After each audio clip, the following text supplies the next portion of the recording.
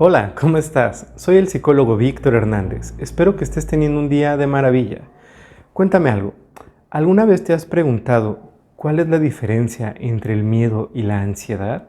¿En qué momento un miedo perfectamente normal y comprensible podría convertirse en una ansiedad disfuncional, desadaptativa, que empiece a generarme problemas que requieran atención clínica? Bueno, si ese es el caso, este video es para ti, pues hoy vamos a hablar de 5 criterios que los profesionales de la salud utilizamos para distinguir cuando un proceso de miedo o ansiedad empieza a convertirse en un proceso anormal que requiere atención clínica. Así que, si esto es de tu interés, comenzamos.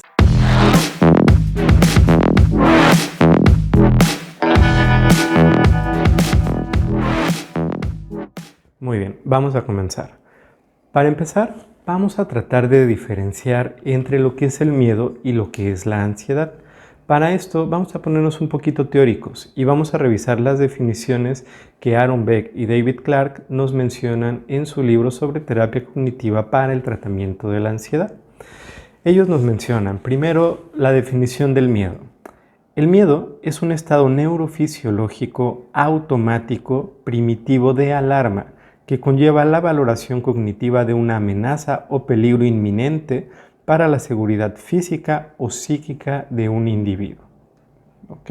Entonces hasta aquí estamos diciendo que el miedo es automático, es un proceso neurofisiológico y además es una señal de alerta, es una alarma que nos dice hay un peligro inminente, es decir, el peligro está aquí. Es algo que nos puede dañar física o psíquicamente, ¿sale? Hasta aquí el miedo. Ahora, vamos a ver cuál es la definición de la ansiedad. Aquí nos mencionan estos autores que la ansiedad es un sistema complejo de respuesta conductual, fisiológica, afectiva y cognitiva. Es decir, este sistema nos va a activar todo esto ante la sensación de una amenaza.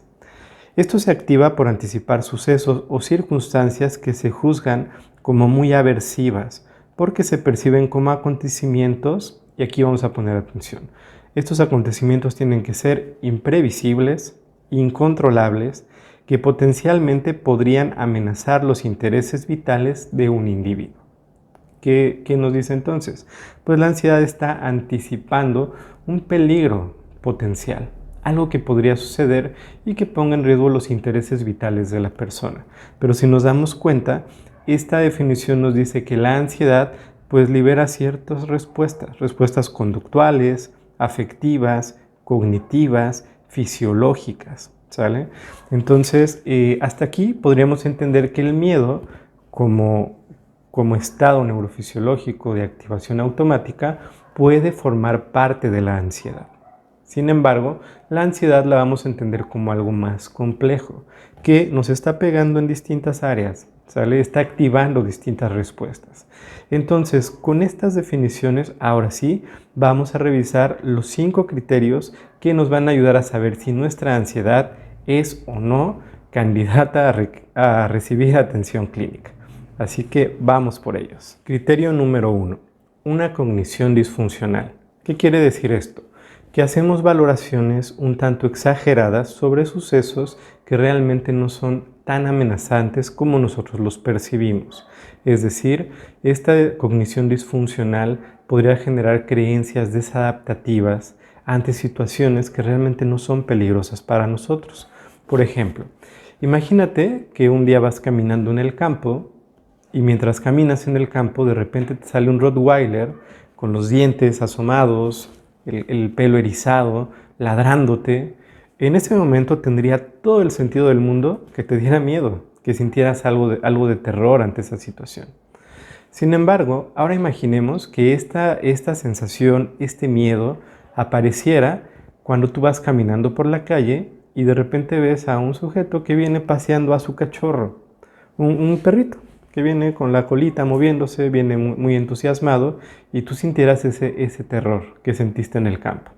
Bueno, esto podría suceder solamente si nosotros tenemos una cognición disfuncional, es decir, nuestros pensamientos se distorsionan.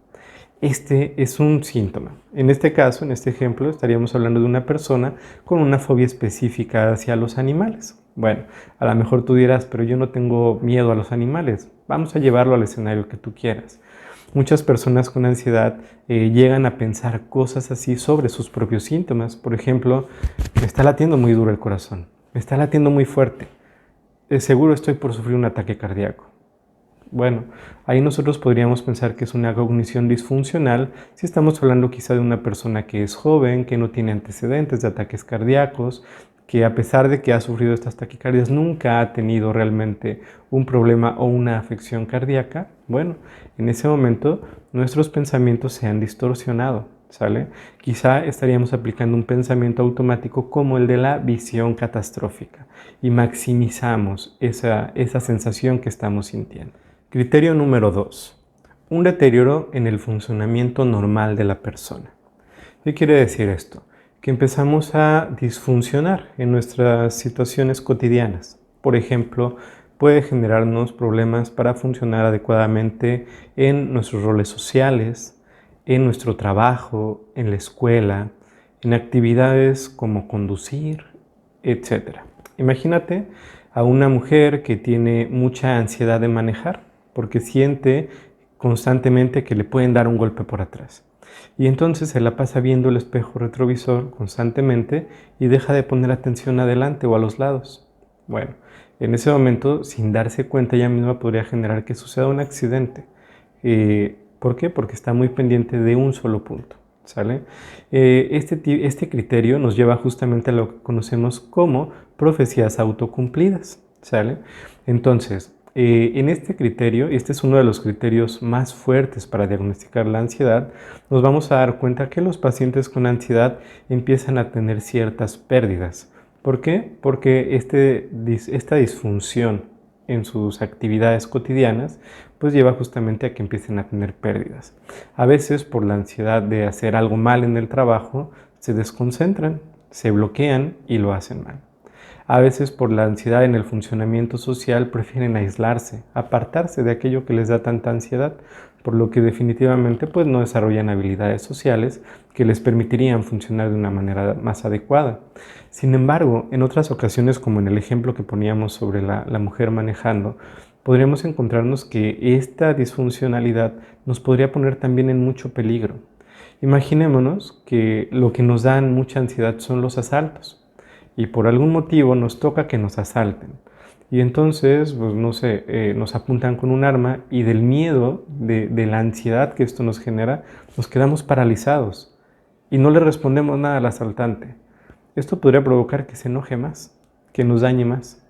Entonces, por eso este es un criterio base para determinar si nuestra ansiedad requiere o no de atención clínica. Criterio número 3, la persistencia. Cuando nosotros hablamos de ansiedad, estamos hablando de algo que consideramos como un estado o trastorno, es decir, que persiste a lo largo del tiempo.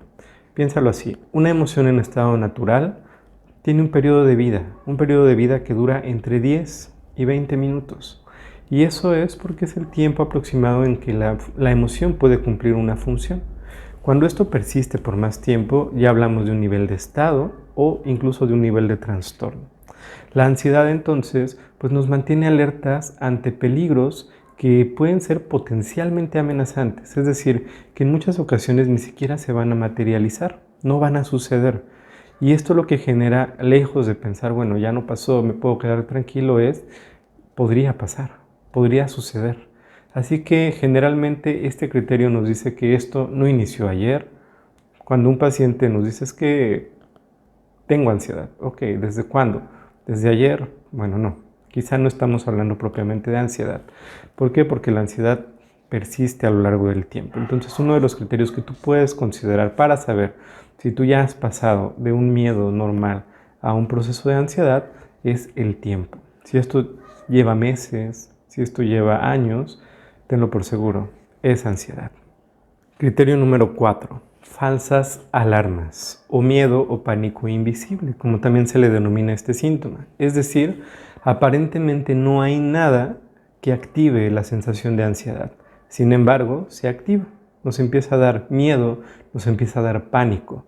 Esto es muy común en los ataques o crisis de angustia o de pánico. Entonces, aparentemente nada lo activó y simplemente surge. Y esto es algo que vamos a escuchar en muchos pacientes con ansiedad. Empecé a sentir ansiedad de la nada, simplemente no detecto que me la generó, solo surgió en algún momento. Generalmente hay algo atrás que lo ha activado, pero tendremos que aprender a descubrirlo. Sin embargo, la percepción que tenemos es que vino de la nada, simplemente es una falsa alarma, y esto es porque de alguna manera pues estamos algo reactivos ante las cosas que nos están pasando. Entonces, si presentas falsas alarmas, este es el cuarto criterio. Vamos a empezar a poner atención porque quizá necesitamos atención clínica. Y el quinto criterio es una hipersensibilidad a los estímulos. Es decir, estímulos que para la mayoría de las personas no parecerían amenazantes, para nosotros resulta que sí lo son. Por ejemplo, para la mayoría de las personas, ver una tarántula, una araña enorme, podría ser algo que nos activaría ciertos estados de alerta, cierto nerviosismo, cierto miedo. Sin embargo, para una persona con aracnofobia, con un tipo de ansiedad, pues ver una telaraña podría representar el mismo miedo, la misma intensidad. Es decir, hay una hiperactivación de los estados de alerta, ¿sale? Entonces somos más sensibles ante esos estímulos y pueden ser muy variados. En la ansiedad pueden ser muchísimos los estímulos que empiezan a generar esta ansiedad. Esto sobre todo en esas ansiedades que denominamos ansiedad generalizada. ¿Sale? Entonces, si somos hipersensibles a los estímulos que nos provocan ansiedad, ahí tenemos otro criterio importante. Ya empezamos a considerar que esto puede ser digno de atenderse por un profesional de la salud. Muy bien, ya que revisamos los 5 criterios, ¿qué es lo que toca hacer? Bueno, pues si cumples los 5 o la mayoría de ellos, pues lo más recomendable es que te acerques a un profesional de salud mental para que te ayude con tu problema de ansiedad. Por lo pronto, te voy a dejar algunas herramientas en este video para que puedas empezar a hacer algo para sentirte mejor, pero no lo olvides, nada de esto sustituye un proceso terapéutico, así que acércate con un profesional de tu confianza para empezar a trabajar con todas estas cosas. Lo primero que vamos a tratar de hacer es vamos a entender cómo funciona la ansiedad. Para esto te voy a enseñar una formulita que nos va a ayudar a entender su funcionamiento y desde ahí podemos tomar algunos elementos para empezar a trabajarla, ¿sale? Entonces, toda ansiedad va a iniciar con un factor desencadenante, es decir, hay algo que activa la ansiedad.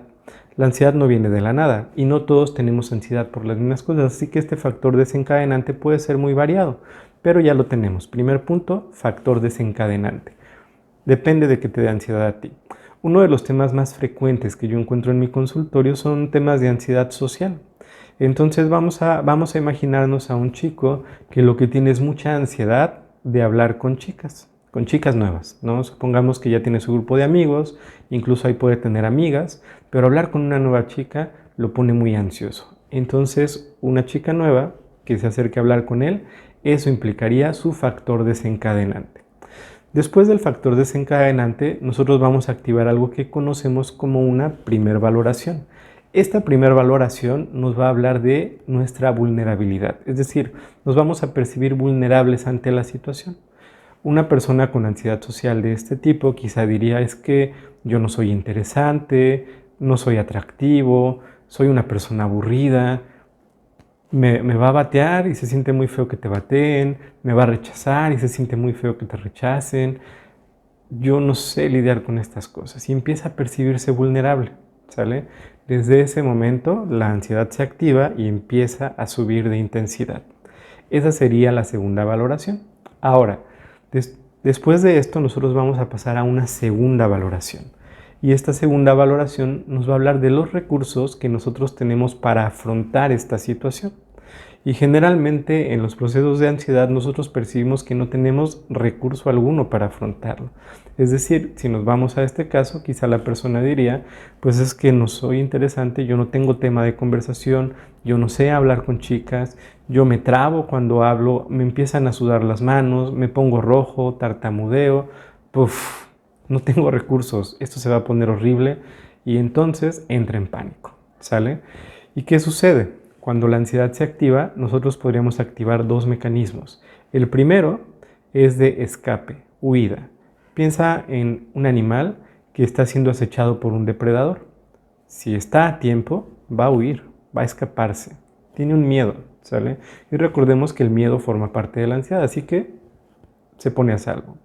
O bien, se pone defensivo. Si este animalito ya no pudo escapar de la situación, a lo mejor va a empezar a ser agresivo, va a tratar de defenderse, va a actuar con hostilidad. Bueno, a nosotros nos pasa lo mismo. Generalmente en la ansiedad social las personas son sumamente evitativas. Se alejan, se aíslan. Pero si no pueden hacerlo, podrían empezar a comportarse de manera hostil, de manera agresiva, para tratar de escapar de aquella situación que les genera esa sensación de vulnerabilidad. Entonces, ¿hasta aquí qué podemos hacer? Bueno, en este canal yo ya he dejado algunas herramientas. Si quieres puedes buscarlas. Trataré de dejarlas en el link de la descripción para que los puedas tener más acceso. Pero lo primero que tendríamos que hacer pues es primero tratar de tranquilizarnos. Para esto puedes hacer la respiración diafragmática. Ya está el ejercicio en el canal. Segundo, si todavía no estás en la situación y ya nos dimos cuenta que ante el evento activador nosotros vamos a activar 2 valoraciones, es bien importante saber que estas 2 valoraciones generalmente las hacemos a nivel de pensamientos automáticos. ¿Qué quiere decir? Que estas 2 valoraciones son creencias que tenemos respecto a nosotros mismos y respecto a nuestros recursos. Entonces lo que tendremos que aprender a hacer es a cuestionar esos pensamientos. ¿Sale? Y vamos a cuestionarlos con evidencias. Por ejemplo, para eso también hay otro video sobre cuestionamiento de pensamientos, para ayudarte a cambiar esos pensamientos automáticos. Si esta persona piensa, es que yo no soy interesante, yo no tengo nada interesante de qué hablar, no soy atractivo, etc., pues podría empezar por cuestionar esos pensamientos. ¿Será real que no tiene un tema de conversación? Yo te apuesto a que si a ti algo te llama la atención en la vida y te ha gustado, supongamos que te gustan las películas de comedia, seguro que tú puedes hablar muy bien de ese tema. Así que si tú hablas de ese tema que a ti te interesa, seguro que hasta lo harás interesante. A lo mejor no te gustan las películas, te gustan los deportes. A lo mejor no son los deportes, es la música. En fin, algún interés debes de tener. Y entonces, pues a lo mejor podríamos empezar a revisar las evidencias de cómo fluyes cuando hablas de las cosas que a ti te gustan. Es decir, empiezas a ser fiel a ti mismo. Por otro lado, el hecho de pensar es que yo no soy atractivo, yo no le gusto a la gente. También habría que cuestionarlo, ¿no? Resulta que pues hay dichos que nos dicen cosas muy sabias, ¿no? Por ejemplo, que para gustos hay colores. Es decir, ¿cómo sabes tú que no le gustas a la gente? ¿No? A lo mejor hay personas que se sienten atraídas por ti y tú ni te has dado cuenta. Bueno, todo eso, pues vamos a aprender a cuestionarlo, vamos a revisarlo. No lo descartes solo por descartarlo. Yo te recomiendo, revisa evidencias, pero evidencias a favor y en contra de esos pensamientos y empieza a cuestionarlos, ¿sale? Por otro lado, en la segunda valoración, donde nosotros percibimos que no tenemos recursos, bueno, vamos a pensar en el peor de los casos que sea verdad, que no tenemos recursos. Ok, pues entonces empecemos a desarrollarlos, empecemos a hacer algo al respecto. Finalmente, lo peor que podríamos hacer es quedarnos de brazos cruzados y rendirnos ante la situación. Es muy común que nos rindamos, es muy común que ante procesos de ansiedad muy severos, pues nosotros seamos víctimas de esa ansiedad. Bueno, pues una manera de salirnos de esa posición de la víctima es movernos hacia la posición de la responsabilidad.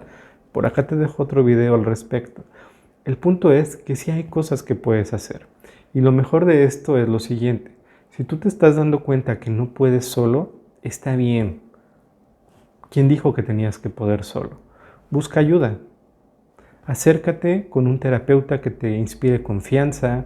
Acércate con personas expertas que te puedan ayudar y brindar el apoyo que necesitas para salir adelante de esta situación.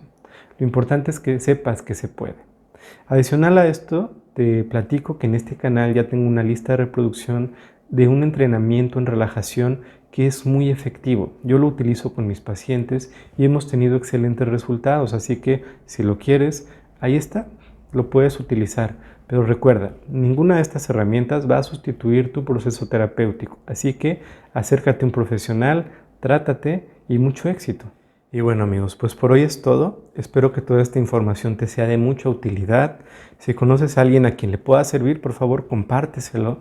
Y bueno, pues te agradezco muchísimo que te quedaras hasta el final de este video.